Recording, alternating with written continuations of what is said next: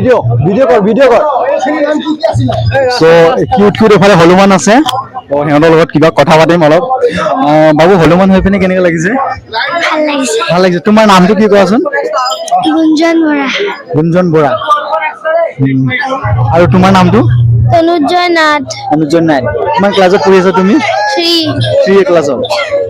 সিহঁতৰ লগত কথা পাতি খুবেই ভাল লাগিছে আৰু এতিয়া আৰু এটা আহিছে এইটো চাওক এইটো কিউট আছে বাবু তোমাৰ নামটো কি ৰাজকুমাৰ তাৰ লগত কথা পাতি খুবেই ভাল লাগিছে আৰু সিহঁতৰ লগত এটা ফটো 3 জনৰ লগত এটা তোলো ৰ ফটো